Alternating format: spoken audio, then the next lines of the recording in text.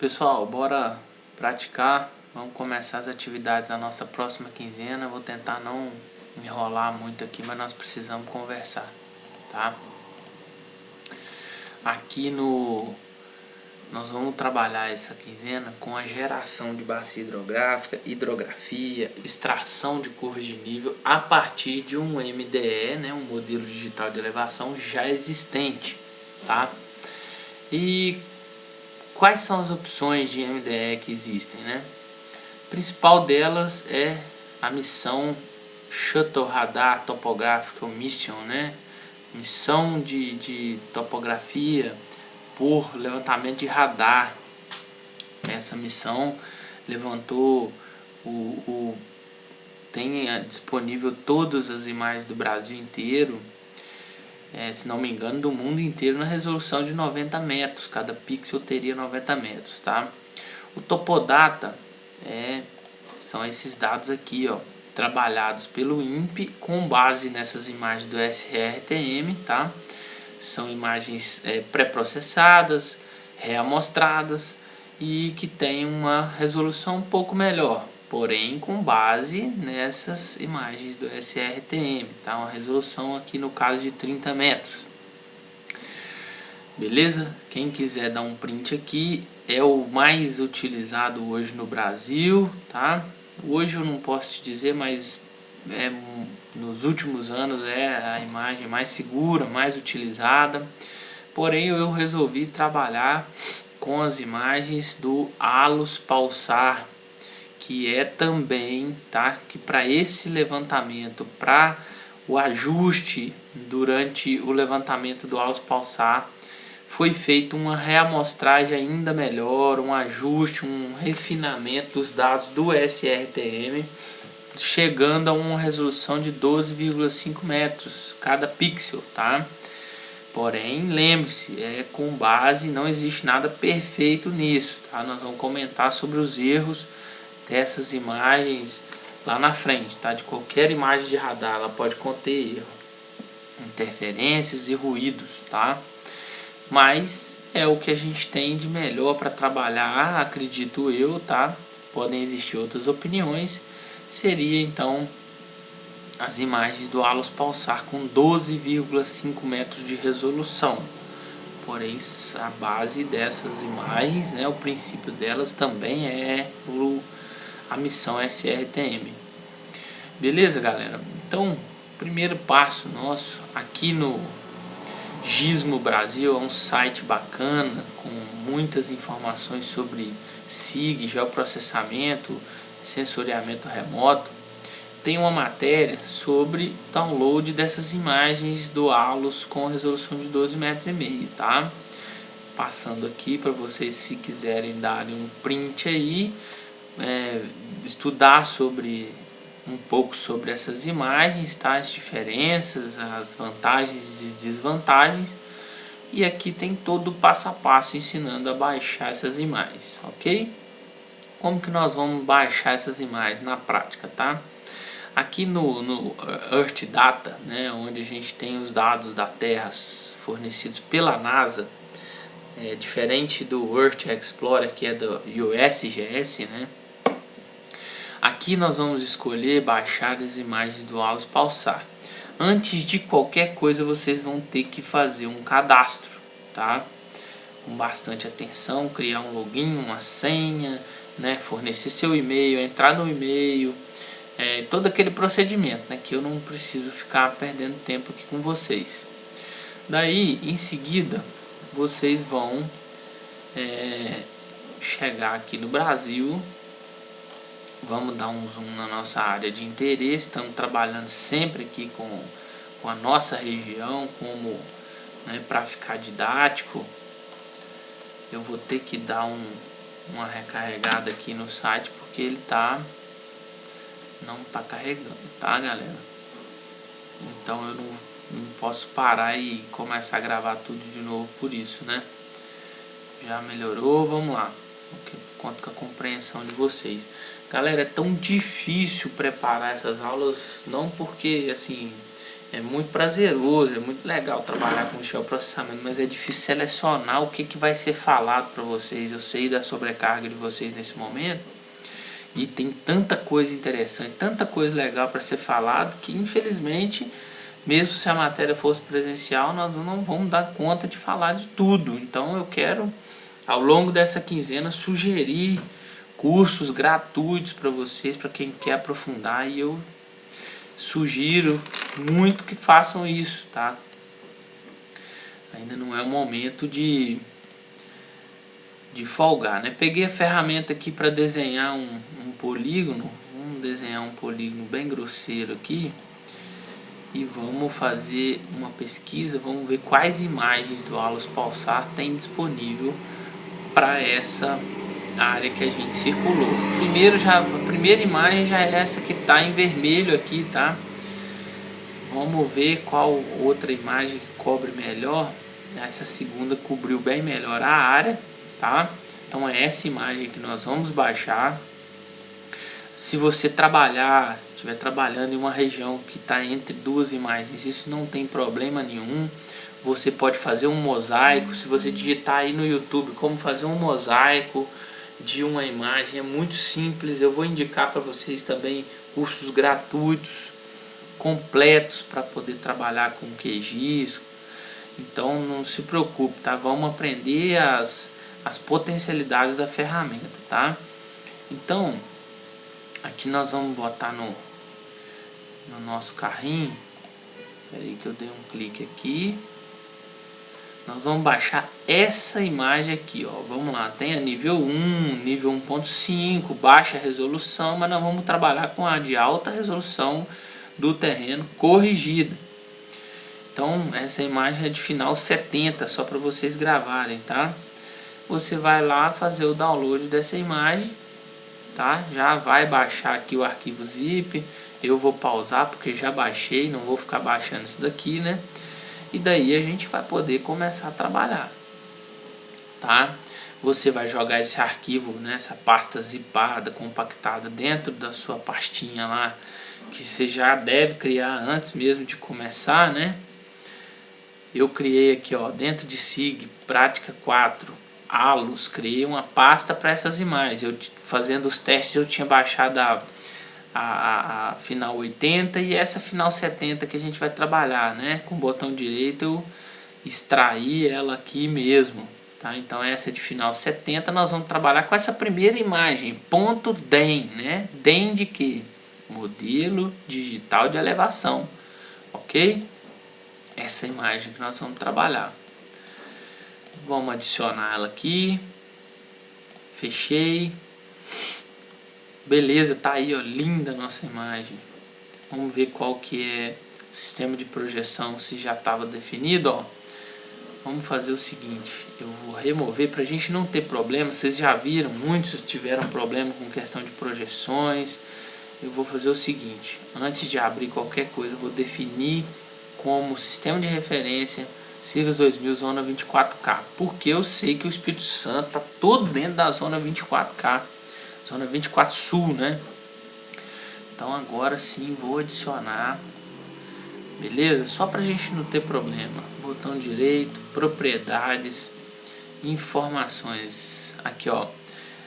O sistema de referência dessa imagem original é o WGS, né? No caso dessa imagem é a zona 24 Sul, UTM, né? Coordenadas planas. Não tem problema, nós podemos processar tudo do jeito que tá? Porque o WGS 84 e o Sigas 2000, eles têm uma diferença mínima, centimétrica ou milimétrica entre elas de distorção, então não se preocupe, tá? Eu sempre vou minimizar aqui para a gente poder trabalhar, tá? O próximo passo que a gente vai dar é importar um arquivo vetorial. Vamos lá na prática 2, tá? Vamos importar a bacia do perdido, por enquanto, tá? Para a gente poder ter uma referência, uma área menor para trabalhar. Porém, esse trabalho que nós vamos fazer hoje, gerar bacia hidrográfica, gerar hidrografia, vocês podem fazer em qualquer a área de interesse, tá? Dependendo do tamanho da área, da escala de trabalho, vai ser melhor utilizar uma ferramenta ou outra ferramenta. Existem várias ferramentas que fazem a mesma coisa, tá? Todo procedimento que a gente fez até aqui, existe mais de uma ferramenta que faz a mesma coisa, porém cada uma com as suas particularidades, com suas vantagens e desvantagens, tá? Como eu sempre repito, tá? Pode até ser chato, mas eu preciso falar para quem ainda não entendeu, que a nossa disciplina vai te mostrar o potencial, vai te ajudar a ter interesse por isso aqui, tá? Vocês precisam andar com as próprias pernas, né?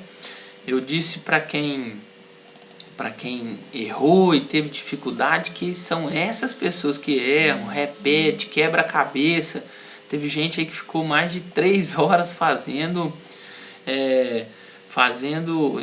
desinstalando, instalando o programa, o Grass não funcionou.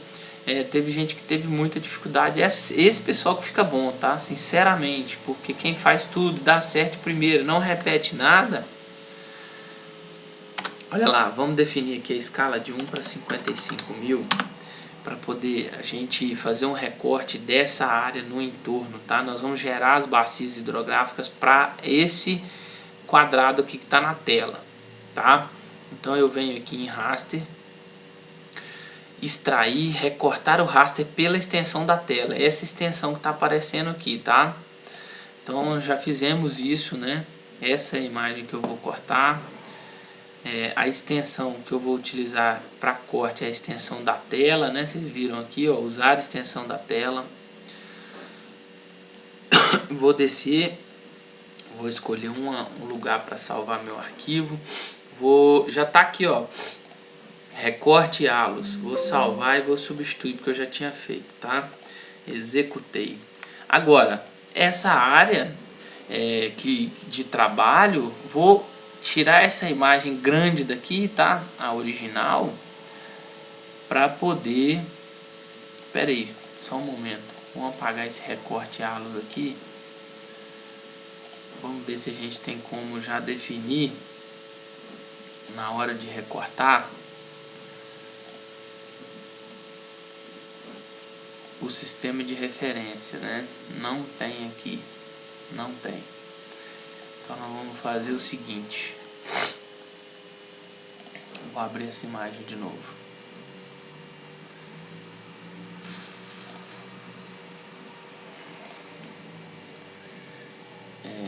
Recorte. Cadê? Recorte halos. Recorte halos perdido.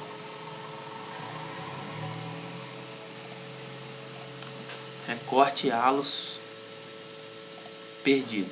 Essa é a área que nós vamos trabalhar, tá? Então vou apagar aqui, remover a camada daquela imagem grandona que sobrecarrega nosso programa, tá? Sugiro que você faça o seguinte, ó, deixa eu só ver um negócio aqui. Propriedades, informação. Essa daqui já está em Cirgas 2000 Zona 24. Por quê? Esse arquivo aqui, eu peguei esse recorte que vocês vão fazer aí e dei um exportar como, tá? E definir Cirgas 2000, só para não ter problema e ficar padronizado. Então sugiro que todo mundo faça isso, né? Aí você fez recorte halos, você vai ter uma nova agora, recorte halos perdido em Cirgas 2000. Beleza, galera? Então essa é a área que nós vamos trabalhar, tá? E aqui a gente pode fazer muita coisa, né? Muita coisa mesmo. O primeiro passo, a primeira coisa que a gente vai fazer... Você lembra que na última quinzena a gente aprendeu, eu disse para vocês que em alguns casos, né, em um levantamento de detalhe, você foi contratado para fazer esse levantamento de uma área que precisa de ser feito um levantamento detalhado, né, por conta do objetivo do seu trabalho. Então um levantamento detalhado é preciso fazer uma topografia de detalhe com um GPS geodésico, então você vai ter curva de nível. E dessas curvas de nível você pode extrair um modelo digital, né, preciso. Você pode gerar uma visualização 3D, um relevo sombreado. Agora nós vamos fazer o contrário. Eu estou trabalhando em uma área maior, né, uma escala regional, de média escala ou grande, e eu não tenho curva de nível para trabalhar, né? Essa área não tem fornecido para ela, igual aqui no Espírito Santo tem, as curvas de nível em 5 metros. Então eu tenho a possibilidade, galera, de extrair, né? Agora MDE eu tenho para o Brasil todo, então posso extrair aqui, ó, os contornos, as curvas de nível. Vamos ver como que a gente faz isso. A imagem que a gente vai utilizar para extrair os contornos, né, as curvas de nível, é o recorte. O nome do atributo que eu quero é elevação. Qual que é a distância entre as curvas de nível? Você escolhe, né? Não adianta também eu botar 1 metro de curva se o meu pixel tem 12,5 de distância, de dimensão. Então fica incoerente. Você vai ter curva de nível de 1 em 1 metro, mas ela não vai corresponder à realidade, tá? É muito comum esse tipo de trabalho na área ambiental. Você não tem curva de nível para trabalhar e você precisa extrair curva de nível. Então você vai extrair aqui de alguma imagem, ou seja ALUS, ou seja Topodata, ou SRTM, tá? Eu vou deixar 12,5 porque é o tamanho do pixel. Pode colocar 10, 5 e fazer seu teste, tá? Eu vou colocar 12,5 até para não ficar pesado, tá? Para fazer. Na verdade, vou deixar 10 que vai ficar melhor ainda. Tomara que não demore, tá? E durante os processamentos nessa quinzena aqui, a gente vai discutindo, conversando, eu vou apresentando mais coisas para vocês. Onde que a gente vai salvar? Nós vamos salvar na prática 4. Deixa eu ver aqui. Vou chamar, não vou salvar, vou deixar como arquivo temporário, já explico para vocês, tá? Galera, é muito simples entender o que está sendo feito aqui, tá? Vou executar para acelerar. É muito simples porque essa imagem que a gente está trabalhando, cada pixel dela tem 12,5 de dimensão, né? 12,5 por 12,5, olha que fantástico. E cada pixel, o valor dele, um pixel mais claro significa um valor maior daquele pixel, e um pixel mais escuro significa um valor menor. E afinal de contas, o que isso significa? A cota é uma imagem de radar. O radar mede a distância entre o sensor e a superfície do terreno. Então cada pixel desse aqui equivale a uma cota, a uma altitude.